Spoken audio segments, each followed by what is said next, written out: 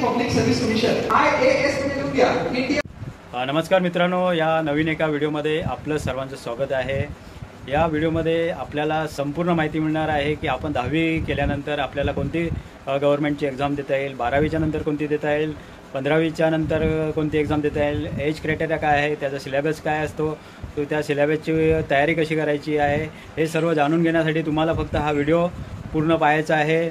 आणि मार्गदर्शक आहेत माननीय श्री सत्यवान यशवंत रेडकर यांच्याकडे हाताच्या बोटावर मोजता येणार नाही एवढ्या डिग्री आहेत, पदवी आहेत त्यांच्याकडे, सखोल ज्ञान आहे आणि या ज्ञानाच्या जोरावरती त्यांनी आपल्याला डिटेल इन्फॉर्मेशन दिलेली आहे की गव्हर्नमेंट एक्झाम कशी देता येईल, कधी निमित्त आहे। कुणबी सेवा संघ 11 गाव कमिटी मुंबई, दापोली, मांदिवली उत्तर विभाग गट यांनी माननीय श्री अशोक बाईत साहेबांच्या अध्यक्षतेखाली गुणवंत विद्यार्थ्यांचा 2024-25 सालामध्ये 10वी, 12वी, 15वी क्रीडा क्षेत्रामध्ये उत्तम यश मिळवलेल्या विद्यार्थ्यांचा सत्कार करण्यात येणार आहे या कार्यक्रमामध्ये। चला तर थेट जाऊया आपण मुंबई मराठा ग्रंथ संग्रहालय, सुरेंद्र गावस्कर सभागृह, दुसरा माळा। पॉइंट नंबर 1 लिहिलं सर्वांनी UPSC। ओके, UPSC चा फुल फॉर्म लिहून घ्या, union public service commission. Union public service commission लिहिलं सर्वांनी। ओके, आता UPSC ची वेबसाईटचं नाव लिहून घ्या सर्वांनी ब्रॅकेट मध्ये की UPSC हे आयोग आहे, त्या आयोगाची वेबसाईट असते, त्या आयोगाच्या वेबसाईटचं नाव लिहून घ्या ब्रॅकेट मध्ये upsc.gov.in upsc.gov.in। साहेब तुमचे फाईल घेतणार तर तुम्हाला शिवाय घालणार नाही एकच नंबर असतो, मी एवढा व्यक्ती आहे की दिवसात 3 लेक्चर घेतो, 2 अडीच तास घेते ना, 4 किती बोलतो है ना, तुम्ही बसून घ्या, तुमची नाही राहू दे सर, माझा कार्यक्रम संपणार नाही लवकर, घड्याळाकडे कधी बघत नाही, आधी घड्याळाकडे केलं। हा, upsc.gov.in। पॉइंट नंबर 1 लिहून घ्या, first exam, point number 1 civil services exam, civil services exam लिहिलं। ओके, ब्रॅकेट मध्ये लिहून घ्या, जर तुम्ही सिव्हिल सर्व्हिसेस एक्झाम ही परीक्षा दिली तर तुम्ही कोणत्या कॅटेगरीमध्ये जाऊ शकता, 2-3 कॅटेगरी नाव आपण लिहिणार, बाकीचे कॅटेगरी मला नंतर सांगेल जर तुम्ही संपर्क झाला तेव्हा। ब्रॅकेट मध्ये लिहून घ्या IAS।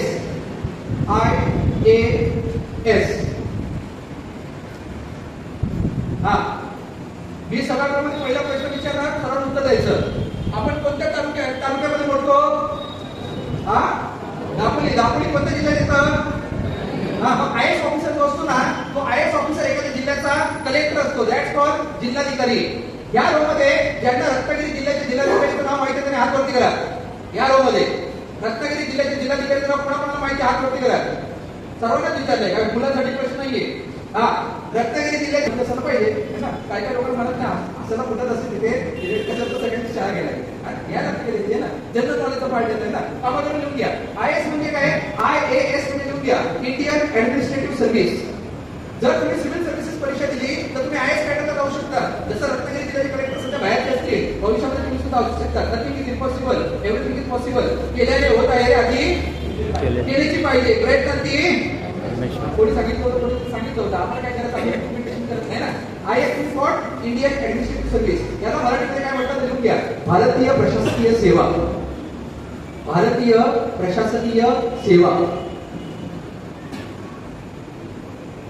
करून लिहून घ्या। पुढचा cadre IPS, Indian police service. जिल्ह्याचे IPS ऑफिसर कोण आहे सध्या, नाव कोणाला माहिती आहे?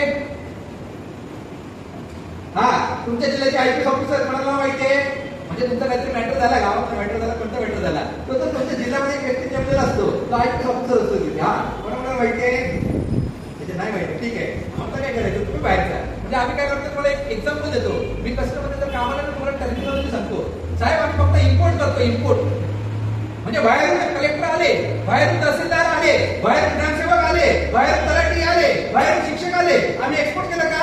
नाही। मग तुम्ही यांना काय म्हणणार, प्रॉपर प्रोडक्शन म्हणणार। आणि हे प्रोडक्शन बोर्डामध्ये राहतं, मग तुम्ही यांना टर्मिनॉलॉजी काय देणार माहितीये का, सुशिक्षित बेरोजगार, म्हणजे सुशिक्षित आहे पण बेरोजगार आहे। आणि आम्ही फक्त काय करतो, इम्पोर्ट करतोय, आम्ही एक्सपोर्ट कधी करतोय का?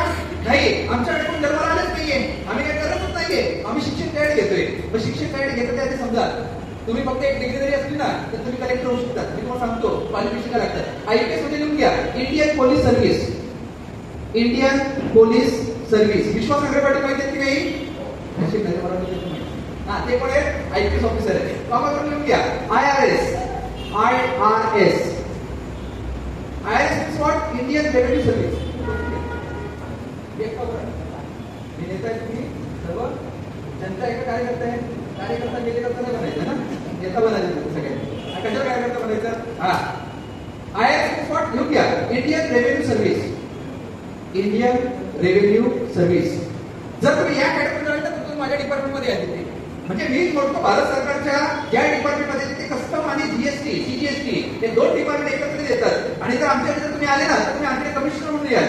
आमच्याकडे जे कमिशनर जे बसतात ना ते या कॅटेगरीमध्ये असतात. कोणत्या कॅटेगरीमध्ये असतात? IRS म्हणजे काय? Indian revenue service. आणि याला मराठीत काय म्हटलं ते लिहून घ्या.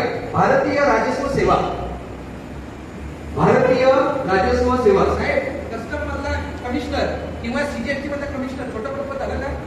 मला बाहेर वस्तू की नाही, तुम्ही भले कोणते मोठे उद्योजक असाल, तुम्हाला कसं लटवायचं काम माझ्या हातामध्ये आहे की नाही? नवीन कमिशनर म्हणजे विचार करा, प्रत्येकाला एक काहीतरी पॉवर असते, प्रत्येकाला सहीला व्हॅल्यू असते, प्रत्येकामध्ये काही ना काही विशेष पण दंडेल असतं. पण त्याचा लाभार्थी आपल्या कोकणातला नसतो, आपल्या जिल्ह्यातला नसतो, आपल्या समाजाचा नसतो. त्यावेळेला मला इथे जास्त त्रास होतो की आपल्या समाजाचं काम नाहीये. आम्ही फक्त डेटा निवडा नाही जायचंय, आम्हाला त्याच्यावरती इम्प्लिमेंटेशन सुद्धा करणं गरजेचं आहे. समज सर्वांना ब्रॅकेट कंप्लीट करा आणि याच्यासाठी काय शिक्षण पाहिजे ते सर्वांना लिहून घ्या. कोणतीही पदवी. डिग्री झालेले किती लोक हात वरती करा? डिग्री झालेले विद्यार्थी होतो, विद्यार्थी डिग्री झालेले. डिग्री झाली माहिती काय लागतं? कोणतीही पदवी. कोणतीही पदवी म्हणजे एनी डिग्री. एनी डिग्रीचा अर्थ समजून घ्या. तुम्ही BA असाल, BCom असाल, BSc असाल, BSc कॉम्प्युटर सायन्स असाल, BE असाल, BTech असाल, LLB असाल, B.Pharm असाल, BSc नर्सिंग असाल, काही असाल, फक्त काय लागते? डिग्री. काय लागते?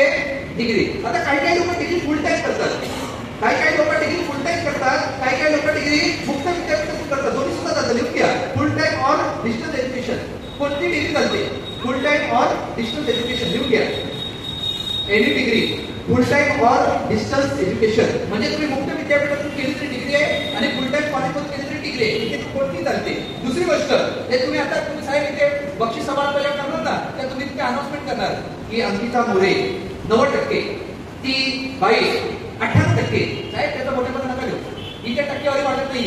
हे तुम्ही टक्केवारीमध्ये मुलांचं आहे ना मनोधैर्य खुर्चीकरण करतात. साहेब हे काही नापत झालेला व्यक्ती आज तुमच्यासमोर हायजीपाडी पण ऐक नाही, कोणत्या टक्केवारीला जाण्याची इकडे काय टक्केवारी दिलेली नाहीये. इथे कलेक्टर व्हायचं असेल पण टक्केवारी वाढत नाही. इथे 40% सुद्धा कलेक्टर होऊ शकतो, 90% सुद्धा कलेक्टर होऊ शकतो, आर्ट्स मध्ये सुद्धा होऊ शकतो, सायन्स मध्ये सुद्धा होऊ शकतो. इथे टक्केवारी वाढत नाही. योग्य सर्वांनी टक्केवारीची आवश्यकता नसते. आम्हाला साहेब स्पर्धेमध्ये येण्याआधी स्पर्धेच्या बाहेर गेलं असतं, कारण का आम्हाला या गोष्टी कधी कोणी सांगतच नाही. ते कलेक्टर होण्यासाठी टक्केवारी लागतच नाहीये. कलेक्टर होण्यासाठी फक्त डिग्री लागते. नॉर्मल BA, B.Com, BSc काही असते, ऑनली डिग्री.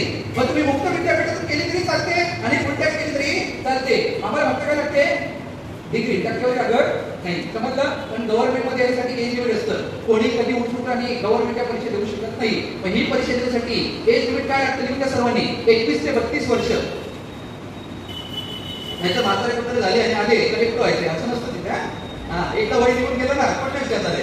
मग काय करायचं? ते पेन्शन गोपाळ आता जे ध्यान घ्यायचा, संध्याकाळी भजन मंडळीमध्ये बसायचं. तिथे आपल्या कोकणात म्हणतात संध्याकाळी भाव अंतरीचे हळवे जसे तुई, ही पण बुवा आहे, जसे तुई फुल. एप्रिल फुल झालेला असतो, काही कामच नसतं. काही आपल्या करायचं की नाही, वयोमर्यादेमध्ये प्रयत्न करायचे. पहिल्या परीक्षेसाठी एज लिमिट काय लागतं? 21 ते 32 वर्ष. दुसरी वर्ष घ्या. पॉईंट नंबर 2, तुमच्यापैकी किती लोक इंजिनियर आहेत किंवा इंजिनिअरिंगचं शिक्षण घेत आहेत किंवा इंजिनिअरिंगचं शिक्षण घ्यायचं आहे अशा लोकांनी हात वरती करा.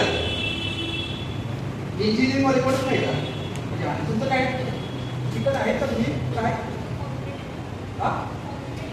कॉम्प्युटर टेक्नॉलॉजी BSc इंजिनिअरिंग करणार आहे. इंजिनिअरिंग कुठून करतात आहे? कोणत्या माध्यमातून करतात? भारतीय विद्यापीठ. अजून पण आहे का इंजिनियर? नाही आहेत का? ठीक आहे. UPSCच्या माध्यमातून इंजिनियर लोकांसाठी परीक्षा असते. जसे आमच्याकडे कलेक्टर असतात ना तसे इंजिनियर पण बाहेरचे लोक असतात. त्याचे जर पाच आपलीमध्ये की जे एक्झिक्युटिव्ह इंजिनियर कार्यपालक अभियंता असतात ना ते साहेब ते पण बाहेरचे. कारण का? इम्पोर्ट एक्सपोर्ट केला का नाही? आपण एक्सपोर्ट करायला बघत नाही. पण दुसऱ्या परीक्षेचं सर्वांना नाव घ्या. Indian engineering services. आमच्या कोकणातील लोक कुठे नसतात. पाहून घ्या. मग तुमचे डोळे उघडतील. 9 तारखेला जर चांगल्या प्रकारे भाषा भेटला तिथे की आमच्या कोकणातून कलेक्टर पण नाहीये, आमच्या कोकणातून इंजिनियर पण नाहीये, आमच्या कोकणातून अमुक पण नाहीये. तर रेड कशाने आपण मार्गदर्शन केलेलं आहे. आणि मी कोण आहे? दशावती नाटकामधला नारद मुनी. कोण आहे? नारद मुनी माहिती ना? ग लावतो निघून जात नाही, मी तटस्थ राहतो. पण लक्षात घ्या, मी तुमचं डोळे उघडण्याचं काम करतो. कारण का, जे तुम्हाला गोष्टी माहिती आहे ते समजून घ्या. आमच्या कोकणात जसे कलेक्टर किंवा IPS ऑफिसर घडत नाहीयेत ना, कार्यपालक अभियंता पण आमचे नसतात. पण ही इंडियन इंजिनिअरिंग सर्व्हिसेस आहे ना, याच्यासाठी कोण लोक पात्र असतात? ब्रॅकेटमध्ये लिहून घ्या. Civil, mechanical, electrical, electronics and telecommunication. हे फक्त 4 लोक अर्ज करू शकतात. आता कॉम्प्युटर सायन्स वर मला जाताना घरी जायचं शिवाय लागणार, कारण तुम्ही सरांनी माझं नावच नाही घेतलं. टेन्शन घ्यायचं नाही, तुझ्यासाठी भविष्य भरपूर संधी आहे. मार्गदर्शन मी करणार. टेन्शन घ्यायचं नाही. टेन्शन लेणे का क्या, टेन्शन देणे का, टेन्शन द्यायला शिकायचं दुसऱ्यांना, टेन्शन घ्यायचं नाहीये. मार्गदर्शन करणार मी, तुम्ही चिंता करायची गरज आहे का? पण इथे 4 लोक अर्ज करू शकतात. सिव्हिल, मेकॅनिकल, इलेक्ट्रिकल आणि इलेक्ट्रॉनिक्स अँड टेलिकम्युनिकेशन. क्वालिफिकेशन काय असतं? Dash two degree. पुढची एक्झाम द्या जी आपल्या समाजाशी निगडीत आहे, पण आपल्या समाजाला काही देणं घेणं पडलेलं नाही. सांगतो तुम्हाला, लिहून घ्या. भारतीय वन सेवा परीक्षा. साहेब, आपला समाज कोणत्या व्याख्यात मोडतो? कुणबी. कशात? कुणबीचा व्यवसाय काय? शेतीशी निगडीत काय? जंगलाशी समवित हे काय? संलग्न वन. मग इथे जी परीक्षा आहे ना, त्या परीक्षेचं नाव काय? Indian forest service. काय आहे? Indian forest service. मग इंडियन फॉरेस्ट सर्व्हिस मध्ये कुणबी समाजाचे लोक आहेत का? इकडे 2 प्रकारची सर्व्हिस असतात. एक असते केंद्राची, एक असते राज्याची. केंद्रामध्ये सुद्धा आपली लोक नाहीये, राज्यामध्ये सुद्धा आपली लोक नाहीये. मग आपले लोक आहेत कुठे? आहेत का आपले लोक इकडे? ही केंद्राची जी परीक्षा असते ना, UPSCच्या माध्यमातून, त्याला म्हटलं तर इंडियन फॉरेस्ट सर्व्हिस. इथे आपले लोक असतात. कसं आहे? सगळे बाहेरचे लोक आहेत. आपल्या समाजाला काही पडलेलंच नाहीये की आपला समाज कुणबी आहे, आपला समाज शेती आणि याच्याशी निगडीत आहे, तर आपले लोक अधिकारी का नाहीये? याच्या पुढे अधिकारी व्हायला पाहिजे. आणि अधिकारी होण्यासाठी तुम्ही सुद्धा पात्र असतात, किंवा तुम्ही सुद्धा भविष्यात खूप लोक पात्र होते. लिहून घ्या की इंडियन फॉरेस्ट सर्व्हिस मध्ये जाण्यासाठी तुमच्याकडे काय क्वालिफिकेशन पाहिजे? डॅश करून लिहून घ्या सर्वांनी. BSc ऍग्रिकल्चर, फोटोग्राफर काका बघतो बसतो. ऍग्रिकल्चर. साहेब, BSc ऍग्रिकल्चर आपल्याशी निगडीत आहे की नाही? दापोली कृषी विद्यापीठ कुठे आलं? ऍडमिशन कोण घेतात? बाहेरचे. आपल्या इथले लोक घेतात का ऍडमिशन तिथे? फॉरेस्ट ऑफिसर कोण होतात? बाहेरचे. कृषी अधिकारी कोण होतात? बाहेरचे. आणि आम्ही काय करतोय? 9 तारखेला जाणार आहे. मग भविष्यात काय बोलायचं? की कृषी अधिकारी पण आपल्या समाजातले दिसायला पाहिजे. कोण बोललं? डिस्कसर बोलतो. माझ्या नाव बिल पाडा. माझ्या नाव बिल पाडा काय आहे? काय मी शिकलेला व्यक्ती आघाडी आहे का? मग माझ्या बाजूला माझ्यासाठी डिपेंड करणारे सुद्धा लोक आहे ना, ते अप्रत्यक्षरित्या मी मांडण्याचा प्रयत्न करतो अशा मंचावरती. मग तुम्हाला पहिल्या पाठीशी काय पाहिजे? इथे BSc ऍग्रिकल्चर. पाहा, ज्या लोकांनी ऍग्रिकल्चर BSc नाही केलेलं आहे, पण त्या दुसऱ्या लोकांना कोणाला संधी असते याच्यामध्ये, ते तुम्ही समजून घ्या. BSc ऍग्रिकल्चर नाही केलं तरी चालतं, पण तुम्हाला फॉरेस्ट सर्व्हिस मध्ये जाण्यासाठी कोणकोणते क्वालिफिकेशनची गरज असते बाकीच्या लिहून घ्या. BSc plus. काही लोक जे BSc करतात त्यांना जर संबंधित विषय असतील तर ते सुद्धा फॉरेस्ट सर्व्हिस मध्ये जाऊ शकतात केंद्राच्या. कोणकोणते विषय असायला पाहिजे? BSc प्लस केमिस्ट्री,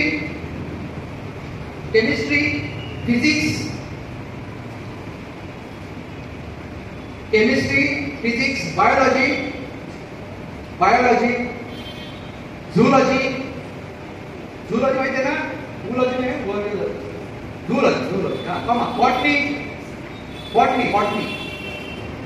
बॉटनी माहिती की नाही? Botany. Okay. Comma. Veterinary science. जर तुम्हाला BSc मध्ये हे विषय असतील ना, वेटरनरी सायन्स, कॉमा, मॅथमॅटिक्स, तरी सुद्धा तुम्ही फॉरेस्ट सर्व्हिस मध्ये होऊ शकतात. आम्हाला आता काय वाटत होतं, आम्ही BSc ऍग्रिकल्चर करणार तरच वनसेवेमध्ये जाणार, असं नाहीये.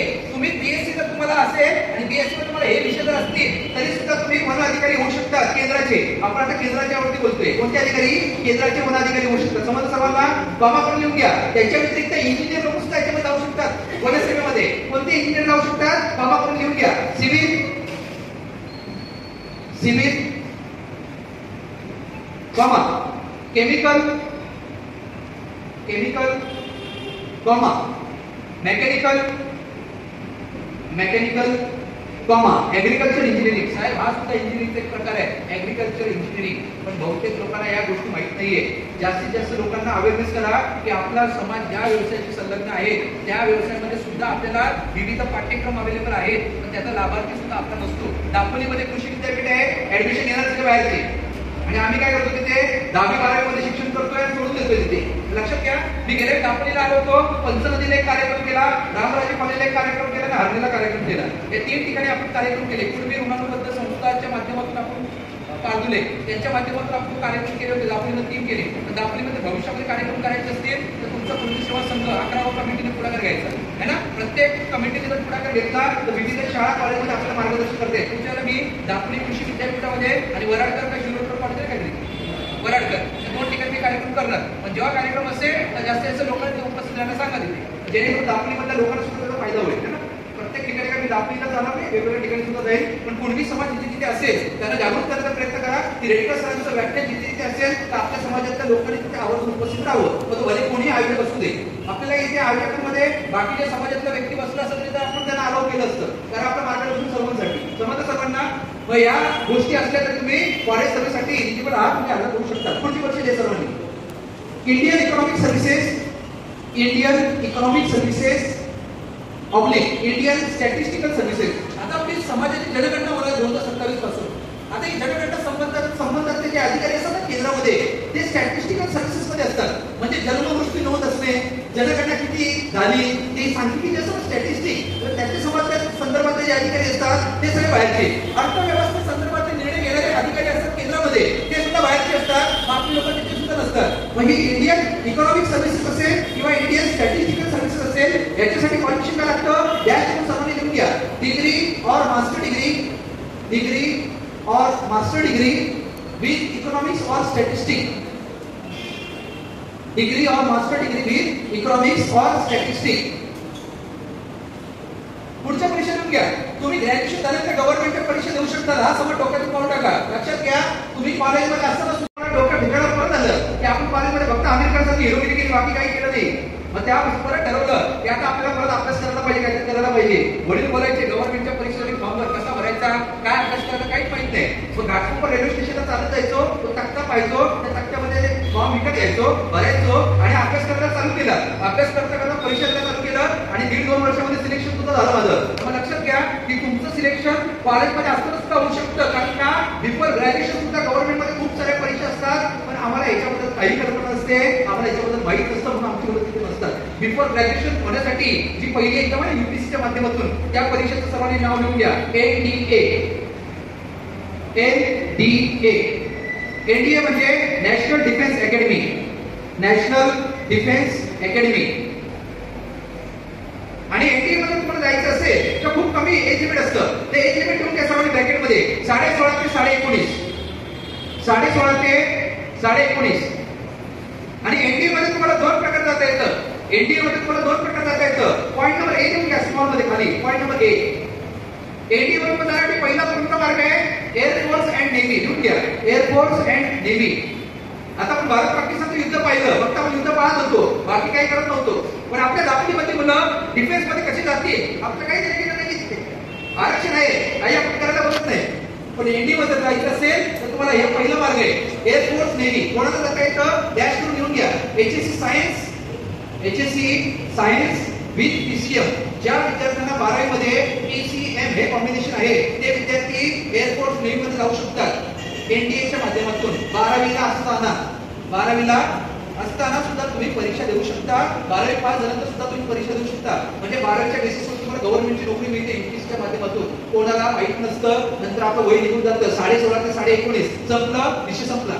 तेव्हा आमचे लोक प्रयत्न करायला बघत नाही, कारण का ह्याच्या मुली असतात, यांना यांच्या आई वडिलांनी परी करून ठेवलेलं असतं आणि हे मुलं जे असतात यांना यांच्या आई वडिलांनी बाबू म्हणून ठेवलं असतं. माझी परी उन्हामध्ये चालल्यानंतर तिला चक्कर येते, माझी परी पावसाळ्यामध्ये भिजल्यानंतर तिला ताप येतो, माझी परी 500 मीटर चालल्यानंतर पाय मुरगळतो.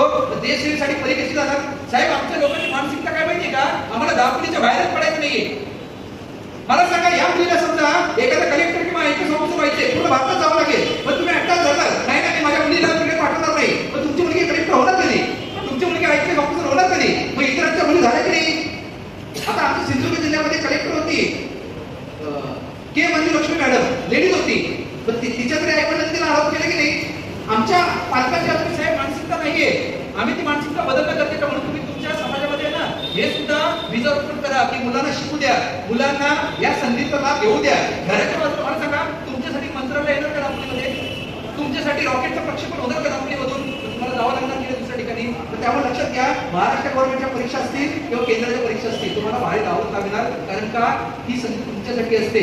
त्याचा लाभार्थी ओबीसी मध्ये असून जर तुम्ही नसाल तर ती खूप लाजिरवाणी गोष्ट आहे. भविष्यात असायला पाहिजे की माझी इच्छा अपेक्षा आहे म्हणून मार्गदर्शन करायला इथे आलोय. एनडीएच्या माध्यमातून पहिले तुम्हाला कोणती संधी असते? एअरफोर्स नेव्ही, एचएससी सायन्स बी पीसीएम. आता जी मुलं आर्ट्स आणि कॉमर्स मध्ये ती मुलं कुठे जाऊ शकतात? पॉईंट नंबर बी लिहून घ्या. पॉईंट नंबर बी. सायन्स मध्ये मुलं कुठे गेली? एअरफोर्स नेव्ही मध्ये. आर्ट्स आणि कॉमर्स मध्ये मुलं कुठे जाणार? पॉईंट नंबर बी मध्ये, आर्मी. आणि क्वालिफिकेशन लागतं फक्त 12वी 12th स्टँडर्ड. काही कारणास्तव तुम्हाला इंडियन परीक्षा देता आली नाही, डिफेन्स मध्ये नाही जाता आलं तर तुमच्यासाठी दुसरी एक संधी असते. ग्रॅज्युएशन झाल्यानंतर त्या परीक्षेचं सर्वांनी नाव लिहून घ्या. सीडीएस. सीडीएस म्हणजे combined defence service. Combined defence service. आणि याला क्वालिफिकेशन लागतं डिग्री. डॅश करून घ्या, डिग्री. नेक्स्ट एक्झाम तुझी परीक्षा द्या सर्वांनी. Assistant commandant in CAPF. तुम्हाला सीएपीएफ मध्ये असिस्टंट कमांडंट म्हणून जाता येतं. सीएपीएफ चा फुल फॉर्म सर्वांनी लिहून घ्या. Central armed police forces.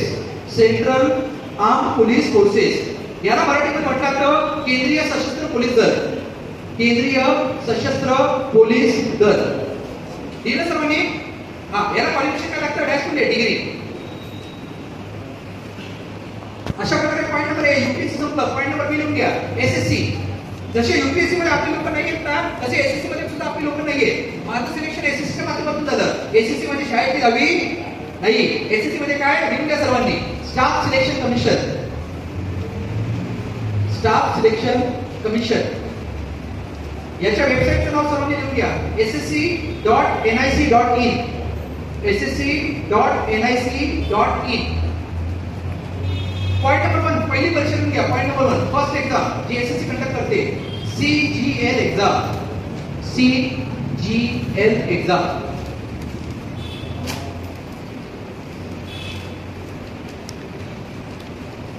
CGL exam.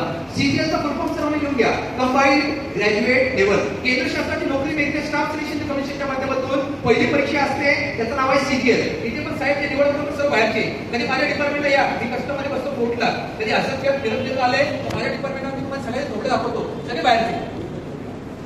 तुम्ही येतात पुढे येतात. मी तिसऱ्या माळ्यावर बसतो इंडियन वॉक मध्ये. कधी आलं तर तुमचं ते सीएचएचं डिपार्टमेंट तिसऱ्या माळ्यावर आहे ना 5 सेक्शन. कधी आलं तर कोपऱ्यात यायचं. तिथे एसी सेक्शन मध्ये मी बसतो. सध्या तरी जीएसटीला ट्रान्सफर करतो. जीएसटी मध्ये निघून जाईल ना. सध्या कस्टमरमध्ये बसतो तरी धीरे धीरे जातं माझ्या डिपार्टमेंटमध्ये आहे. साहेब सगळे बाहेरचे लोक आहेत. इथे लोक येऊन लोकांनी बघत आहे. आणि आमचे लोक काय करतात साहेब? काही करायला बघत नाही. इथे खातून वाचून जातात. कंपन्यांमध्ये 10-15 हजारावरती काम करतात तुम्ही लोक. आणि बाहेरचे लोक येऊन तिथे सगळे जॉब देऊन बसलेले. आणि तुम्ही काय म्हणतात गव्हर्नमेंटचे लोक आहेत कुठे? अहो जर गव्हर्नमेंटचे लोक नाही आहेत ना तर ही लोक कशी आली? हे लोक परीक्षा देऊन येतात. तुम्ही जर साधा फॉर्म पण भरायला बघत नाही, तुम्ही प्रयत्न करायला बघत नाही, मग जाणार कशी पुढे तिथे? मग ही पहिली परीक्षा सीजीएल. त्याचा फुल फॉर्म आहे कंबाईंड ग्रॅज्युएट लेवल. आणि याच्यासाठी क्वालिफिकेशन लागतं डॅश लिहून घ्या. डिग्री. डिग्री. आणि याच्यासाठी वयोमर्यादा काय लागतं लिहून घ्या. एज लिमिट 18 ते 30 वर्ष. आता हे कस्टम हाऊसला तुम्ही कधी कधी येत असाल, तुम्हाला माहिती आहे स्टाफ आपला आहे का तिथला? कधी बघितलं दाखवली मध्ये आहे का? नाही. सगळे बाहेरचे लोक आहेत. मग विचार करा ही जी लोक मंडळी जातात नाही यांना रियालिटी माहिती आहे. तुम्हाला नाही माहित असणार कारण का तुमच्याकडे समजून येतं तिथे. पण ही रियालिटी जर तुम्ही समजून घेतली तर जी लोक येतात साहेब त्यांना नीट बोलता नाही येतं का? अहो त्यांना लिहिता पण येतं व्यवस्थित. आणि आमच्या मुलांना लिहिता येतं, बोलता येतं, वाचता येतं. आणि काय करतात घरी? भांडी असते. बाबू काय करतोय? टाइमपासगिरी करतोय. प्रत्येक बाबू आणि प्रत्येक परीला विनंती करतो भविष्यामध्ये टाइमपास करण्यापेक्षा काहीतरी करा. जर तुम्ही ही परीक्षा दिली तर तुम्ही कोणकोणत्या पोस्टवर जाऊ शकता. फक्त ऐका. जर तुम्ही सीजीएलची परीक्षा दिली ना तर तुम्ही कस्टम इन्स्पेक्टर होऊ शकता. तुम्ही सीजीएसटी इन्स्पेक्टर होऊ शकता. तुम्ही इन्कम टॅक्स इन्स्पेक्टर होऊ शकता. समजा सर्वांना. तुम्ही प्रिव्हेंटिव्ह ऑफिसर होऊ शकता. तुम्ही असिस्टंट सेक्शन ऑफिसर होऊ शकता. तुम्ही टॅक्स असिस्टंट होऊ शकता. अकाउंट कॉमर्सचे विद्यार्थी हात वरती करा. कॉमर्सचे हात वरती करायचे सर्वांनी. हात खाली नाही करायचा. तुम्ही लोक कॅग मध्ये जाऊ शकतात. त्याच्यामध्ये कॅग मध्ये can you tell me the full form of CAG? किती लोकांना कॅगचा फुल फॉर्म माहिती आहे? हात वरती करा. सीएजी. साहेब ते कॅग मध्ये सुद्धा सगळे बाहेरचे लोक भरले. आता याला सीएजीचा फॉर्म माहित नाहीये. आमच्याकडे गेले मग नाव तसं पाटील कोणी तुम्ही येत का? साहेब तुमच्याकडे येणार पोरं. मी आता सांगतो तुम्हाला. साहेब एक पोरं तुमच्याकडे जर आली, साहेब मला अकाउंटंट म्हणून जॉब द्या, साहेब मला ऑडिटर म्हणून जॉब द्या. एकाला सुद्धा जॉब द्यायचा नाही. एकाला सुद्धा जॉब द्यायचा. मी तोंडावर बघतो साहेब इथे केंद्र शासनाचं डिपार्टमेंट आहे आणि इथे अकाउंटंट ऑडिटर म्हणून फक्त बीकॉम लागतं. काय लागतं? फक्त बीकॉम. टक्केवारी सगळे बाहेरचे लोक भरले, अकाउंटंट ऑडिटर तर बाहेरचे भरले आणि तुम्ही दशरथ पाटील साहेबांकडे जाणार मला अकाउंटंट जॉब द्या, पण त्या डिपार्टमेंट पण काम करणार तिथे. हे भारत सरकारचं जे डिपार्टमेंट आहे ना साहेब, ही लोक भविष्यात अकाउंट वाटतं म्हणणार, एकाला सुद्धा माहित नाही की या डिपार्टमेंट म्हणजे काय. तर तुम्ही परिस्थिती बघा, आजच्या तारखेमध्ये मुलं काय शिकतात आहे यांना माहितच नाहीये. पेपरमध्ये नेहमी छापून येतं की कॅग ताशील बोर्ड येतो, तुमचा अहवाल सादर करतात ना तर त्यावर कॅग ऑब्जेक्शन घेतं, ते ऑडिट करतं. Control of audit and general department, काय control of audit and general department त्याला काय म्हणतात, कॅग. कॉमर्स वाले जागे झाले का सर्व? हा, भविष्यात जर तुम्हाला अकाउंटंट ऑडिटर व्हायचंय तर दशरथ पाटीलांकडे जायचं कुठे जायचं, सीजीएल परीक्षा द्यायची, अकाउंट ऑडिटर म्हणून जायचं आणि दशरथ पाटील त्याला सत्कार करतील. तर तिकडे सर काय कंजूसगिरी करता तुम्ही, कंजूसगिरी करायची, भरपूर पक्ष देऊ टाका तिथे ना, पण त्यांचा सत्कार करायचा. कारण काय म्हणायचं, तू माझ्याकडे ऑडिटर म्हणून सेटिंग लावून आलेला नाहीये, तू तिथे भारत सरकारमध्ये निवड झाली, मला अभिमान आहे ना. हे सुद्धा सत्कार करतील, मी सुद्धा सत्कार करेन, डबल सत्कार करून टाकले. आणि 11वा कमिटी सत्कार करणार ते पाहिजे, ती कंजूसगिरी करणार तिथे आणि करायला पाहिजे. ते समजा सर्वांना माहितीसाठी क्वालिफिकेशन काय पाहिजे, फक्त डिग्री पाहिजे. एज लिमिट काय पाहिजे, 18 ते 30 वर्ष. समजा सर्वांना दुसरी परीक्षा देऊन घ्या. दुसरी जर परीक्षा तुम्ही दिली तर तुम्ही भारत सरकारच्या सेवेमध्ये येऊ शकता.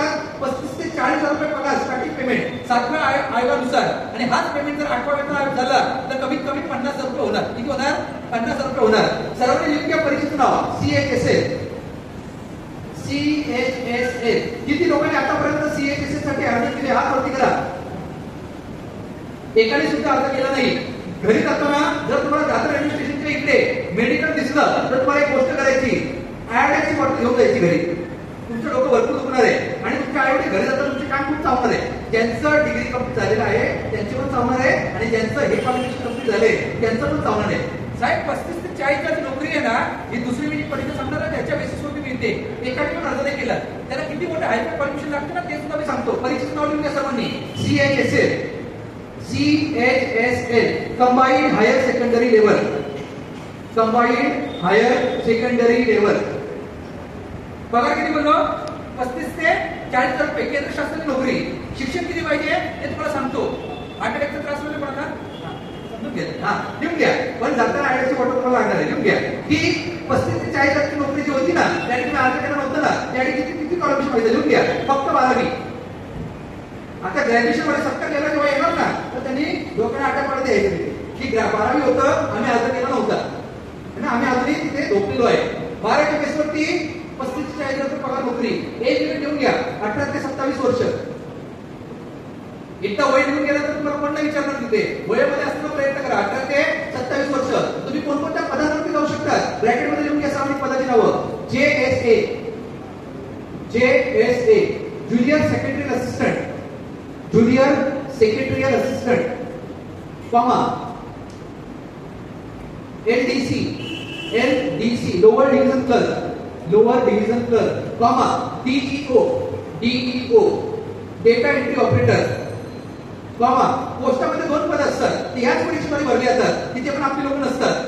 त्या पदांची नावं लिहिली सर्वांनी. PA म्हणजे मंत्र्याचा PA नाही, PA म्हणजे पोस्टामधला PA, नाही तर मंत्र्याचा PA व्हायचं तुम्हाला झेंडा फिरवायला. PA मला कोणता, पोस्टामध्ये सेंट्रल गव्हर्नमेंटची नोकरी. PA म्हणजे postal assistant, comma SA sorting assistant. जर तुम्हाला या पदावरती जायचं असेल कोणती परीक्षा द्यायची, CHSL. क्वालिफिकेशन लागतं फक्त 12वी आणि एज लिमिट काय लागतं 18 ते 27 वर्ष. तिसरी परीक्षा द्या. तिसऱ्या परीक्षेला सुद्धा स्टार्टिंग पेमेंट 30 ते 35 हजार रुपये पेमेंट आहे आणि तरी सुद्धा किती लोकांनी अर्ज केला मला माहित नाही. MTS घेऊन घ्या. MTS किती लोकांनी अर्ज केला, हात वरती करा. आतापर्यंत किती लोकांनी अर्ज केला, अरे नाही केला ना. 30,000 पगार स्टार्टिंग होता MTS. आणि शिक्षण सुद्धा सांगतो लिहून घ्यायचं. जाताना आयडीची फोटो घेऊन जायची. बिचारा मेडिकलचा पण फायदा करून घ्यायचा. लिहून घ्या. 35,000 30 ते 35,000 जी नोकरी होती तुम्ही अर्ज केला नव्हता, लिहून घ्या. किती क्वालिफिकेशन हायपर लागतं, फक्त 10वी. आमची पुढे ग्रॅज्युएशन होऊन पगार मिळतो 15,000 रुपये आणि 10वीवरती पगार सेंट्रल गव्हर्नमेंटची नोकरी किती 30 ते 35,000 रुपये परमनंट नोकरी. तरी आमची पुढे अर्ज करत नाही आणि म्हणतात आमच्या ऑफिसवर अन्याय होतोय. कोणी केला अन्याय? फायदा तुम्ही स्वतःवरती अन्याय करून घेतात तिथे, फायदा तुम्ही घेतच नाहीये. अर्ज करायला पाहिजे की नाही, भविष्यात अर्ज करायचं. लिहून घ्या. एज लिमिट 18 ते 25 वर्ष.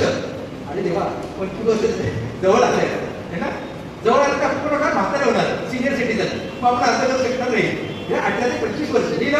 हा पुढची परीक्षा लिहा जी इंजिनियर लोकांसाठी असते, स्टाफ सिलेक्शन कमिशनच्या माध्यमातून असते. परत नियमाला शिड्या घालणार आणि त्याच्यामध्ये तुमचं तुमचा पाठ्यक्रम नसतो. लिहून घ्या परीक्षेचं नाव जेई एक्झाम ज्युनियर इंजिनियर. आणि याच्यासाठी कोण लोक पात्र असतात ब्रॅकेटमध्ये लिहून घ्या. सिव्हिल इलेक्ट्रिकल मेकॅनिकल इलेक्ट्रिकल म्हणजे इलेक्ट्रॉनिक्स अँड टेलिकम्युनिकेशन त्याच्यामध्ये आलं. पण याच्यासाठी क्वालिफिकेशन काय लागतं डॅश करून द्या मिनिमम डिप्लोमा. साहेब आपल्याकडे सुद्धा पॉलिटेक्निक आहे कोकणामध्ये. ही डिप्लोमा धारक एक सुद्धा नसतो त्या ज्युनियर इंजिनियर मध्ये. इथे तुम्ही लक्ष करा गावामध्ये कधी गेला तर फिरत जाऊ नका. त्या दापोलीमध्ये पॉलिटेक्निक असते ना त्यांना विचारा की तू प्रिन्सिपल काय शिकवतो पोरांना. एक सुद्धा ज्युनियर इंजिनियर झाला का केंद्रशास्त्रामध्ये नाही झाला. एक सुद्धा कार्यपालक अभियंता एक्झिक्युटिव्ह इंजिनियर झाला का नाही झाला. पण तुम्ही पोरांना शिकवलं काय साहेब. यांना स्वतःला एखाद्या पोरांना काय शिकवतात तिथे. मी खूप लोकांना पाहिलं त्यांना पुस्तकाच्या व्यतिरिक्त काही माहित नाहीये. म्हणजे एक एक्झाम्पल सांगतो 22 जण इतिहासाचे शिक्षक आहेत तर त्यांना फक्त इतिहास 5वीचा तेवढंच माहिती आहे. 6वीचा इतिहास माहित नाहीये. 8वीचा इतिहास माहित नाहीये. असं आमच्याकडे भरलेले आहे तिथे कोकणामध्ये. ते रत्नांचा सन्मान करायचा गावी जाऊन तिथे आणि काहीतरी आपण प्रगती करायची. यांना जर धड तुम्ही आणलं ना तुम्ही काय करतात दप्तर वाटप पेन वाटप. अहो फक्त वाटप करण्यापेक्षा आधी प्रगती पण पाहता. कोणत्या ठिकाणी तुम्ही दप्तर वाटप पेन वाटप करतात ना 100% निकाल लागणार प्रगती नाहीये. आपल्या शाळेतून किती लोक घडली याला म्हणतात प्रगती. आणि त्याच्यासाठी तुम्ही प्रयत्न करायचे. ते ट्रेडिशनल वेमध्ये दप्तर दिलं हे दिलं ते दिलं रनकम केलं म्हणजे प्रगती झाली नाही. प्रगती घडवायची असेल तर ते गुणवंत विद्यार्थी भविष्यात जाऊन प्रशासकीय सेवेत येणं गरजेचं आहे. समजलं. पुढची परीक्षा दिली सर्वांनी. कॉन्स्टेबल ब्रॅकेटमध्ये जीडी. केंद्र शासनामध्ये कॉन्स्टेबल असतात ते सुद्धा आपले लोक नसतात. साहेब कॉन्स्टेबल हवालदार आपले लोक आहेत का किंवा बाहेरचे लोक ना. इन्स्पेक्टर आहे ना कमिशनर आहे. आमच्याकडे कॉन्स्टेबल पण महाराष्ट्रात नसतो. एवढी वाईट परिस्थिती तिथे. आणि लिहून घ्या constable GD spot general duty आणि क्वालिफिकेशन 10th or 12th. आता सध्या 12th केलं असं वाटते मला कारण मी नवीन नोटिफिकेशन पहिली 12वी केले. 10th or 12th लिहिलं ठीक आहे. पुढची परीक्षा लिहा. ही पुढची परीक्षा मी दिली होती. परीक्षेत नाव लिहून द्या सर्वांनी. Translation officer exam. तुम्ही केंद्र शासनात गेला तर तुम्हाला हिंदी दिसतं हिंदी ते आम्ही करतो. आमचं काम आहे राजभाषाचं इम्प्लिमेंटेशन करणं. परत म्हणतो राष्ट्रभाषा बोललो नाही राजभाषा बोलतो ना. राजभाषा म्हणजे काम करण्याची भाषा.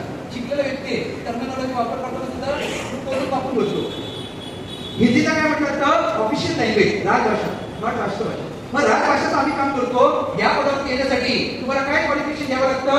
ट्रान्सलेशन ऑफिसर पदावर जाण्यासाठी मला काय क्वालिफिकेशन असावं लागतं लिहून घ्या. MA हिंदी किंवा इंग्रजी.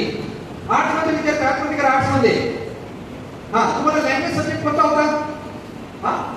हिंदी होता. आता तू मास्टर डिग्री करणार आहे का कशाला पैसे नाही घेत. पैसे आहेत मास्टर डिग्री करणार की नाही. ऍडमिशन घे. कुठे घ्यायचं मुक्त विद्यापीठामध्ये. ही कोणाची मुलगी आहे. तुझं नाव काय याचं पालक कोण आलेत का साहेब. त्या मुलीचं नाव लिहून घ्यायचं आणि हिचं मास्टर डिग्रीला जो काही ऍडमिशन होत नाही परंतु प्रयत्न करायचे. मार्गदर्शन मी करा चिंता करू नको. मास्टर डिग्रीसाठी ऍडमिशन घे. MA हिंदी किंवा इंग्रजीसाठी ऍडमिशन घे. भविष्यातून माहिती अधिकारी होऊ शकते. जर तू अधिकारी झाली ना तर इथे मंचावरती तुमचा तुझ्या आई वडिलांचा सत्कार होणार. भविष्यात ज्या विद्यार्थ्यांना आपल्या आई वडिलांचा सत्कार करून घ्यायचा असेल त्यांनी आत्मसात प्रयत्न करायचे. तुम्हाला इथे टाइमपास करायला आपण बोललेलं नाहीये. 22 सरांनी माहितीये का साहेब आपला कार्यक्रम कधी डिसाईड केला. 3-4 महिने अगोदर डिसाईड केला कार्यक्रम आपला. पहिली तारीख होती 14 सप्टेंबर. ती पोस्टपोन करून इथपर्यंत आलोय. लक्षात घ्या जो व्यक्ती कार्यक्रमाचं आयोजन करतो ना जो व्यक्ती दूरदृष्टिकोन ठेवून करतो की आपल्या समाजातली मुलं पुढे जाणं गरजेचं आहे. मी एकटाच व्याख्याता पूर्ण नाहीये. ऑफिसर एक्झाम काय क्वालिफिकेशन पाहिजे. MA हिंदी किंवा इंग्रजी प्लस तुम्हाला एक कोर्स करायचे PGDT लिहून घ्या. PGDT post graduate diploma in translation. जर तुम्ही या 3 गोष्टी कराल तर तुम्ही माझ्याकडे अधिकारी होऊन तिथे बसाल. काही टेन्शनचं काम नसतं. एकदम सिंपल आहे. त्यामुळे जर भविष्यात तुला पुढे जायचं असेल तर तू माझ्या संपर्कात राहा. मास्टर डिग्रीसाठी ऍडमिशन घे. आता सुद्धा तू मुक्त विद्यापीठामध्ये ऍडमिशन घेऊ शकते. मग तू यशवंतराव मधून कर मुंबई युनिव्हर्सिटी मधून कर. फक्त एक्झामला जायचं असतं तिथे. सेमिस्टर वाईज असेल ते करून घे. हार्डली फी 2,000 फी आहे इयरची. त्यामध्ये तुझ्यासाठी कन्व्हिनियंट आहे करू शकशील. नेक्स्ट एक्झाम पुढच्या परीक्षेत नाव लिहा. Sub inspector in Delhi police. तुम्हाला दिल्ली पोलीस मध्ये सब इन्स्पेक्टर म्हणून जाता येतं स्टाफ सिलेक्शन कमिशनच्या माध्यमातून. Sub inspector in Delhi police. Qualification काय लागतं डॅश करून घ्या. डिग्री. अशा प्रकारे आपला पॉईंट नंबर बी संपला. आता आपण राज्य शासनाकडे वळणार. पॉईंट नंबर सी येऊन घ्या. पॉईंट नंबर सी MPSC ते पण आपली पोरं असतात. कधी बघितलं MPSC मध्ये आपल्या समाजातली पोरं धडकली. आता मध्यंतरी कुठे गेलो होतो माणगाव मध्ये कुणबी समाजाची एक मुलगी आपल्या DYSP झाली. MPSC जर तुम्हाला द्यायची असेल कोणकोणत्या परीक्षा असतात पॉईंट नंबर 1 लिहून घ्या. MPSC मध्ये पॉईंट नंबर 1 लिहून घ्या. पहिली परीक्षा राज्यसेवा परीक्षा. ही मुलगी राज्यसेवा परीक्षा पास झाली होती. राज्यसेवा परीक्षा. हा क्वालिफिकेशन काय लागतं राज्यसेवेला डॅश करून लिहून घ्या. डिग्री पदवी टक्केवारी मागत नाही. BA BCom BSc कोणी देऊ शकतं फक्त काय लागतं डिग्री.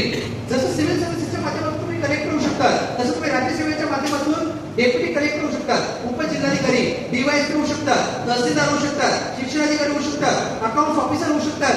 असिस्टंट रजिस्ट्रार होऊ शकतात. ही पदं कोणत्या परीक्षेच्या माध्यमातून तुम्हाला मिळणार कोणत्या परीक्षेच्या राज्यसेवा परीक्षा. कोणती परीक्षा राज्यसेवा परीक्षा. दुसरी परीक्षा लिहून घ्या पॉईंट नंबर 2 संयुक्त गट ब परीक्षा. संयुक्त गट ब. आता गट म्हणजे काय जी लोक स्टेट गव्हर्नमेंट मध्ये ग्रुप ऑफिसर असतात ना ही परीक्षा संयुक्त गट असते. कंबाईंड ग्रुप बी. कोणकोणती पद असतात डॅश करून लिहा. आता याला क्वालिफिकेशन काय लागतं डॅश करून लिहा. लिपिक टंकलेखन परीक्षेसाठी क्वालिफिकेशन काय लागतं डॅश करून लिहा. Degree plus English typing 30 and 40 word per minute. English typing 30 and 40 word per minute. कोणाकोणाचे जावई IIT मध्ये कामाला होता. तुमचा जावई कस्टम ऑफिसर झालेला आहे. तुमचा जावई इतके झालेला आहे. तुमचा जावई भविष्यामध्ये इतके सुद्धा करू शकतो. तुमच्या सर्वांच्या माहितीसाठी मी गोष्ट सांगतो. सध्या माझं नाव राज्यपाल नियुक्त नामनिर्देशनासाठी राज्यपालांमार्फत GED ला सुद्धा गेलेलं आहे. मी OBC प्रवर्गाचा पहिला व्यक्ती आहे ज्यांचं नाव राज्यपाल नियुक्त नामनिर्देशनासाठी गेलेलं आहे. लक्षात घ्या शिक्षणाने माणूस समजत होतो. आपल्याला अडाणी समजायला कोणी तिथे. मी LLB सुद्धा केलेले आहे. LLB सुद्धा केलेले संविधानामध्ये दिलेले आहे. शिक्षण समाजकार्य खेळाडू किंवा या बाकीच्या क्षेत्रातल्या व्यक्तींचा तज्ञ व्यक्तींचा समावेश विधान परिषदेमध्ये व्हावा याच्यासाठी राज्यपाल नियुक्त नामनिर्देशनाची गोष्ट होती आणि करून दाखवली. राज्यपालांना प्रस्ताव दिला. अजूनही तत्कालीन सरकारने त्याच्यावर निर्णय घेतलेला नाही. भविष्यामध्ये OBC प्रवर्गातला उच्च विद्यापीठ व्यक्ती विधान परिषदेमध्ये बसतो की नाही बसतो हे तुम्ही पहा. नाही बसलो तरी मला काही नुकसान नाहीये. आणि नोकरी चालू आहे. पण नाही बसल्यानंतर तुम्ही समजा की तुम्ही ज्यांना मतदान करता त्यांची मानसिकता काय आहे की त्या आपल्या प्रवर्गातल्या व्यक्तीला बसू देतात की नाही देतात. म्हणून मी कोण आहे नारद मुनी आहे. कळ जाऊन जातो है ना. त्याच्यामुळे माझ्या नोकरीवर काही इम्पॅक्ट आहे का. माझी नोकरी चालू आहे. ही निवडणूक नसते. हे फक्त नॉमिनेशन असतं जे गव्हर्नर नॉमिनेटेड करतं. डायरेक्टली राज्यपाल नियुक्त नामनिर्देशन असतं विधान परिषदेसाठी. भरपूर लोकांना माहित नाहीये. नॉलेजचा भाग आहे समजून घ्या. कारण का आम्ही LLB जरी केलं असलं ना आणि फक्त पुस्तकामध्ये मराठीत नाही राहिलो प्रॅक्टिकली सुद्धा त्याच्यावर वर्क करतो. पण आता आपला विषय कोणता आहे स्पर्धा परीक्षा आहे. English typing 30 and 40 plus Marathi typing 30 word per minute. Marathi typing केलं का भाऊ केलंय. अरे वा इकडून राहायला बोलू तुला काही मार्गदर्शन नाही केलं का. नाही मी आलो की नाही. टेन्शन घ्यायचं नाही. स्टेट गव्हर्नमेंट मध्ये तू वयाच्या 41 पर्यंत अर्ज करू शकतो. वयाच्या 43 पर्यंत अर्ज करू शकतो. त्यामुळे टेन्शन घ्यायचं नाही. तुला मुलगी कोणी देत नाही पण इतक्या थोडासा प्रयत्न कर. मला ज्यांनी नाकारलं असेल ते बोलले असेल त्या मंगळ वगैरे बसल्यापेक्षा काही त्याला परिधी दिली असती आज कस्टम ऑफिसरची बायको झाली असती है ना किंवा रेड करण्याची वाईफ झाली असती. लक्षात घ्या लाईफ मध्ये कोणाच्याही टर्निंग पॉईंट कधी येऊ शकतो फक्त ते तुमच्यावर डिपेंड आहे. कोणीतरी म्हटलंय तूच आहेस तुझ्या जीवनाचा तूच आहे बाजूला नाहीये. त्यामुळे स्वतःला घडवा. स्वतःची स्पर्धा करा. इतरांशी स्पर्धा करण्यामध्ये वेळ वाया घालवू नका आणि खेकडा वृत्तीसारखे वागू नका. इतरांचं सुद्धा भलं होण्यासाठी प्रयत्न करा. पण तुम्हाला लिपिक टंकलेखनासाठी काय पाहिजे हे क्वालिफिकेशन पाहिजे. प्लस तुम्हाला एक कॉम्प्युटर कोर्स करायचे. कॉम्प्युटर कोर्सचं नाव लिहून घ्या. एकच करायचं MSCIT किंवा CCC. एकच काहीतरी कोर्स करायचा MSCIT किंवा CCC. समजलं ठीक आहे. पुढची परीक्षा लिहा. पुढची परीक्षा आपल्याशी निगडीत. जसे केंद्र शासनामध्ये फॉरेस्ट ऑफिसर असतात केंद्राचे तसे राज्य शासनामध्ये पण फॉरेस्ट ऑफिसर असतात राज्याचे. तिथे सुद्धा आपली पोरं असतात की नसतात आले जागा करा नसतात. अभिमान लिहा. 9 तारखेचा मुद्दा काय आहे की कृषी अधिकारी आपले आहेत का त्याच्यावर बोला. वन अधिकारी आपले आहेत का त्याच्यावर बोला. बाकी जर त्याच्यावर बोलू नका की मंडळ आहे काय होतं आम्ही काय पाहतो ते बारकी परत वाचतील येते. पण आपल्याला रियालिटीमध्ये फोकस करायचं आहे की आपली प्रगती नेमकी कुठे झालेली आहे आणि आपल्याला भविष्यात काय प्रगती करायची. या प्रगतीमधला पहिला वाट कोणता आहे महाराष्ट्र वनसेवा परीक्षा. महाराष्ट्र वनसेवा परीक्षा पब्लिक महाराष्ट्र कृषी सेवा परीक्षा. आणि याच्यासाठी क्वालिफिकेशन काय लागतं डॅश म्हणून सर्व लिहिल्या. As per Indian forest service. As per Indian forest service. UPSC मध्ये जे तुम्ही लिहिलं ना इंडियन फॉरेस्ट सर्व्हिस मध्ये ते जी ऍप्लिकेबल आहे. As per Indian forest service. पुढची परीक्षा लिहून घ्या महाराष्ट्र अभियांत्रिकी सेवा. महाराष्ट्र अभियांत्रिकी सेवा मगाशी सुद्धा अभियांत्रिकी सेवा होती, भारतीय अभियांत्रिकी सेवा. आता इथे कोणती सेवा आहे? महाराष्ट्र अभियांत्रिकी सेवा. आता याच्यासाठी क्वालिफिकेशन काय लागतं? डॅश करून लिहून घ्या तुम्ही. आता ही मुलगी खुश होणार. मगासपासून मला आशीर्वाद दिले, आता खुश होणार. लिहून घे. भारतीय महाराष्ट्र अभियांत्रिकी सेवेसाठी तू पण पात्र आहे. क्वालिफिकेशन काय लागतं? Civil, electrical, mechanical, computer science, IT. तू झाले की नाही? तू झाले की नाही? परीक्षा देऊ शकते की नाही? पण तू फक्त टेक्निकल देऊ शकते का? तू ऍडमिनिस्ट्रेटिव्ह पण देऊ शकते. जिथे जिथे लिहिलंय डिग्री तिथे तू अर्ज करायचा, जिथे लिहिलंय इंजिनिअरिंग तिथे पण अर्ज करायचा. पण आपल्याला भविष्यामध्ये मंचावरती आई वडिलांना घेऊन सत्कार समारंभाला यायचं की नाही? प्रयत्न करणार की नाही? प्रयत्न परमेश्वर असतो, प्रयत्न करत राहायचा. पुढची परीक्षा लिहा JMFC. ही सुद्धा लोक कोकणामध्ये आपली लोक नसतात. म्हणजे विचार करा, JMFC छोटं मोठं पद नाहीये, सांगतो तुम्हाला. लिहून घ्या JMFC फुल फॉर्म काय? लिहून घ्या. Judicial magistrate first class. तुम्ही जर ज्युडिशियल मॅजिस्ट्रेट फर्स्ट क्लास जे म्हणतात ना, त्याला मराठी काय म्हणतात सांगतो तुम्हाला. लिहून घ्या. प्रथम वर्ग न्याय दंडाधिकारी. कोकणामध्ये जा आणि त्या प्रथम वर्ग न्याय दंडाधिकारी विचारा, साहेब तुम्ही कुठून आले? मी आलो नागपूरवरून, मी आलो सोलापूरमधून, मी आलो पुण्यावरून, मी आलो नाशिकवरून. कोकणातले एक पण नाही. आणि याच्यासाठी क्वालिफिकेशन काय पाहिजे? या टू लिहून घ्या सर्वांनी. LLB किंवा LLM. तुम्हाला जर दिवाणी न्यायाधीश व्हायचं असेल ना, MPSCच्या माध्यमातून ही परीक्षा असते. That's called judicial magistrate first class, प्रथम वर्ग न्याय दंडाधिकारी. हे सुद्धा आपल्या कोकणातले नसतात. अभिमान लिहायचं. नऊ तारखेला म्हणतात लाजलंच पाहिजे. आपल्या कोकणाचे कुठे कुठे असतात त्याला लिस्ट काढून दाखवा, मग बोला. नाहीतर बोलू नका. आम्हाला एका जुवरचे काय मतलब नाहीये. आम्हाला रिअलिटीशी मतलब आहे. वर्तमान काळ आणि आम्हाला भविष्य काय घडवायचे. पुढची परीक्षा लिहा. इथे सुद्धा आपल्या कोकणाचे उमेदवार नसतात. ठीक आहे. परीक्षेचं नाव लिहा. Assistant motor vehicle inspector. Assistant motor vehicle inspector. तुम्ही जर RTO ऑफिस मध्ये ना, रिजनल ट्रान्सपोर्ट ऑफिस, तिथे सुद्धा हे लोक आपले नसतात. असिस्टंट मोटर व्हेकल इन्स्पेक्टर याला मराठीत म्हटलं सहाय्यक मोटर वाहन निरीक्षक. हे सुद्धा आपल्या कोकणाचे नसतात. RTO ऑफिस मध्ये आम्ही फक्त काय करायचं? नमस्कार करायचं. साहेब आमचं हे काम करू द्या, आम्हाला जाती दाखला काढून द्या. मग आम्ही काय करणार? टेबला भरून देणार. आणि मग तुम्ही काय म्हणणार? भ्रष्टाचारी आहे. कसे भ्रष्टाचारी आहे? तुम्ही देतात म्हणजे घेतात. नका देऊ. कधी जाऊन तुम्ही पाहिलं का? तिथे लिहिलेलं असतं सेवा हमी नियम किंवा सेवा हमी कायदा. कधी वाचता का तुम्ही? सिटीजन चार्टर कधी वाचतात का तुम्ही? तुम्ही वाचायला बघत नाही. जरा सुशिक्षित व्हा. प्रत्येक डिपार्टमेंटच्या बाहेर सिटीजन चार्टर लिहिलेला असतो. तुमचे काय हक्क आहे, नागरिकांची सनद काय आहे ते लिहिलेलं असतं. Bank of India, bank of Baroda इथे सुद्धा आपली लोक नसतात. इथे बाहेरचे लोक आहेत. लिहून घ्या. बँकिंग एक्झाम कोण कंडक्ट करतं? बँकेमध्ये लिहून घ्या. IBPS. पहिली परीक्षा लिहून घ्या सर्वांनी. PO exam. PO probationary officer. Probationary officer. Qualification काय लागतं? डॅश करून घ्या. डिग्री. Probationary officer. क्वालिफिकेशन काय लागतं? डिग्री. दुसरी परीक्षा लिहा. SO exam. SO exam. Qualification काय लागतं? डिग्री. लिहून घ्या. डिग्री. तिसरी परीक्षा लिहून घ्या. Office assistant or clerk. Office assistant or clerk. Qualification काय लागतं? डिग्री. या तिन्ही परीक्षेत क्वालिफिकेशन लागतं डिग्री. म्हणजे तुम्ही बँकेमध्ये सुद्धा जाऊ शकता. पण इथे रिअलिटी काय आहे की इथे सुद्धा आपल्या कोकणाचे उमेदवार नसतात. बँकेमध्ये सुद्धा आपल्या कोकणाचे उमेदवार नाहीये. आता लक्षात घ्या, या वेगवेगळ्या ज्या परीक्षा आहेत याच्यामध्ये जे आरक्षण आहे, बहुतेक गोष्टी तुम्हाला माहित नाहीये. त्या गोष्टी तुम्हाला सांगतो, समजून घ्या. टॉपिक सर्वांनी लिहून घ्या. आरक्षण. आरक्षण आणि महत्त्वपूर्ण तुम्हाला गोष्ट लिहून घ्यायची जे तुम्हाला माहित नाहीये ते तुम्हाला सांगतो. लिहून घ्या. UPSC आरक्षण दिलं. पॉइंट नंबर 1 लिहून घ्या. UPSC, SSC, बँकेच्या परीक्षा तसेच केंद्र शासनाच्या परीक्षांसाठी महाराष्ट्र शासनाने दिलेला जातीचा दाखला चालत नाही. महाराष्ट्र शासनाने दिलेला जातीचा दाखला चालत नाही. साहेब एक गोष्ट समजून घ्या. तुम्ही ओबीसी प्रवर्गात बोलता. जर तुम्हाला UPSC, स्टाफ सिलेक्शन कमिशन, बँकेच्या परीक्षा आणि केंद्र शासनाच्या परीक्षा द्यायच्या असतील तर तुम्हाला महाराष्ट्र शासनाने दिलेला जातीचा दाखला चालत नाही. लिहून घ्या. पाहिजे तर नॉलेजसाठी सांगतो. आपली ओबीसी प्रवर्ग याच्यामध्ये मागे राहिलेले. केंद्र शासन लोकांना नाव मिळण्याचे कारण हे की डॉक्टर परीक्षेमध्ये आपल्या लोकांना बाहेर काढलं जातं. काय माहितीये का तुम्हाला? या 4 परीक्षांमध्ये किंवा UPSC, स्टाफ सिलेक्शन कमिशन, बँकेच्या आणि केंद्राच्या परीक्षा द्यायच्या असतील ना, तुम्हाला गव्हर्नमेंट महाराष्ट्र दाखला चालत नाही. तुम्हाला कोणता दाखला काढावा लागतो? लिहून घ्या. पाहिजे सर्वांनी नोट करून घ्या. Central format caste certificate for OBC. ह्याच्यावर चर्चा करा.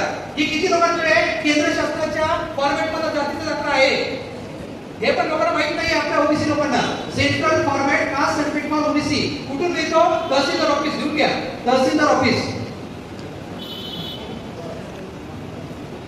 ऐकून घ्या डिफरन्स सांगतो. महाराष्ट्र शासनासाठी आणि एमपीसी साठी अर्ज करायचा असेल तर महाराष्ट्र शासनाचा दाखला, केंद्रासाठी अर्ज करायचा असेल यूपीसी साठी तर सेंट्रलचा दाखला. सेंट्रलचा दाखला जर तुमच्याकडे नसेल तर तुम्ही रेल्वेमध्ये पण अर्ज करू शकत नाही, यूपीसी मध्ये पण अर्ज करू शकत नाही, बँकेमध्ये पण अर्ज करू शकत नाही. तुम्हाला तो दाखला कंपल्सरी लागतो आणि तो कुठे मिळतो? तहसीलदार ऑफिस मध्ये.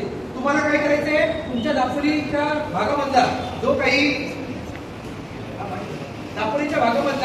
काही तुमचा जो एरिया आहे तुम्हाला त्यांचा दाखला काढून घ्यायचा. कोणाचा? या मुलांचा ज्यांची 12वी पूर्ण झालेली ना त्यांचे दाखले काढून घ्यायचे पण तुमचे.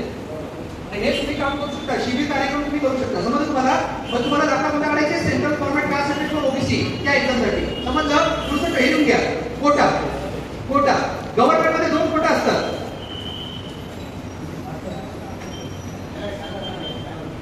गव्हर्नमेंटमध्ये 2 कोटा असतात. लिहून घ्या. पहिला कोटा सांस्कृतिक कोटा. जर तुम्ही चांगले जीकेचा अभ्यास कसा करायचा? फटाफट लिहून घ्या. जीकेचा अभ्यास कसा करायचा? डॅश लिहून घ्या. कमीत कमी 2 वर्तमानपत्र रोज वाचणे. कमीत कमी 2 वर्तमानपत्र रोज वाचणे. कॉमा टीव्हीवरच्या बातम्या. टीव्हीवरच्या बातम्या. कॉमा 5वी ते 12वी पर्यंतची पुस्तकं.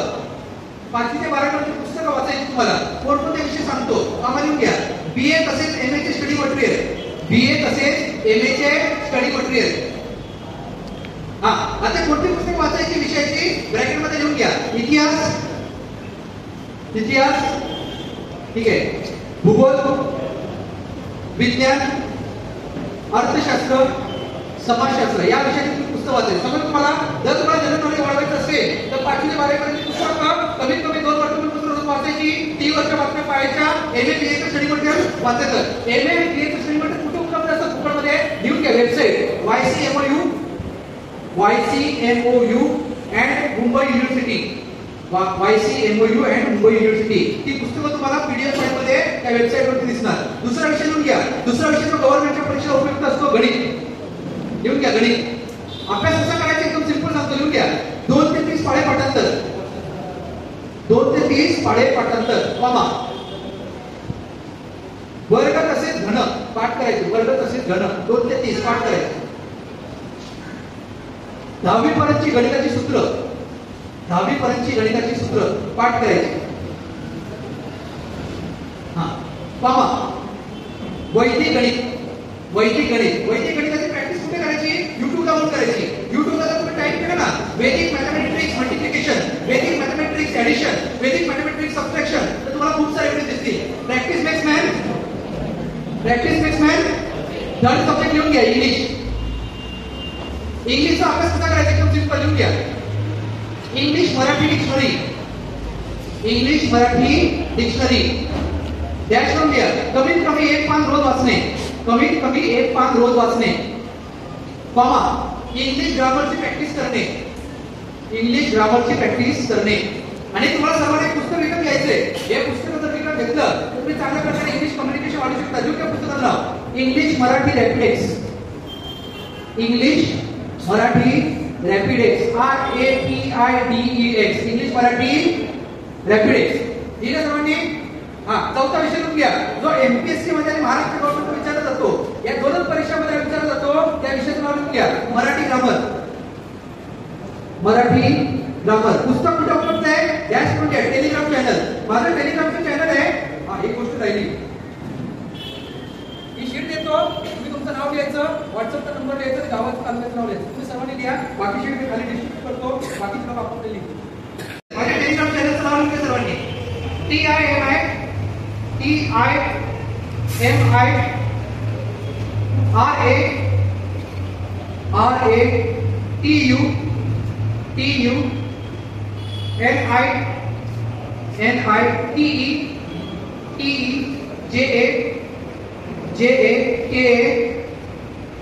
टीव्ही राहतो त्याच्याकडे. टेलिग्राम चॅनलचं नाव आहे. सर्वांनी ते चॅनल जॉईन करायचं. कसं आयडेंटिफाय करणार? ब्लॅक कलरचं सिम्बॉल असतं. मराठी लिहिलं असेल टीव्ही राहतो त्याच्याकडे. त्या चॅनलला जॉईन करायचं. त्याच्यामध्ये तुम्ही काय पाहणार? रिसेंट सगळे ऍडव्हर्टाइजमेंट आणि स्टडी मटेरियल तुम्ही त्या टेलिग्राम चॅनलला सर्व पाहू शकता. समजलं सर्वांना? आणि घरी जाईपर्यंत तुम्ही सर्वांनी काय करायचंय, मला हाय करायचं. काय करायचं मग तुम्हाला मी काय करणार, हाय नाही, तुम्हाला मी लिंक पाठवणार, व्हॉट्सअप आणि टेलिग्रामची लिंक पाठवणार. तुम्ही ती लिंकवर क्लिक करून ऍड व्हा आणि तुमच्या कॉन्टॅक्टमध्ये किंवा तुमच्या गावाचे जेवढे ग्रुप असतील त्यांना सुद्धा फॉरवर्ड करा, जेणेकरून इतर लोक सुद्धा ऍड होतील. समजलं सर्वांना? सर्वात शेवटचा विषय लिहून घ्या, बुद्धिमत्ता चाचणी. या बुद्धिमत्ता चाचणीचे नोट सुद्धा मी टेलिग्रामला अपलोड केलेले आहे, डॅश करून घ्या. तसे तुम्हाला सर्च करायचं टेलिग्रामला लिहून घ्या. Reasoning REASONING listening, REASONING listening. हे तुम्ही टेलिग्रामला जर सर्च केलं ना माझ्या, तर तुम्हाला सर्व स्टडी मटेरियल मिळेल. प्रॅक्टिस करायची, प्रॅक्टिस मेक्स मॅन. समजलं सर्वांना? आता तुम्ही ते पान जे आहे बंद करा, पेन बंद करा, माझ्याकडे पहा. आपला लाईव्ह कार्यक्रम माझा संपवायचा. हा आता माझ्याकडे पाहिजे गोष्ट ब्लॅकमेल शेवटचं.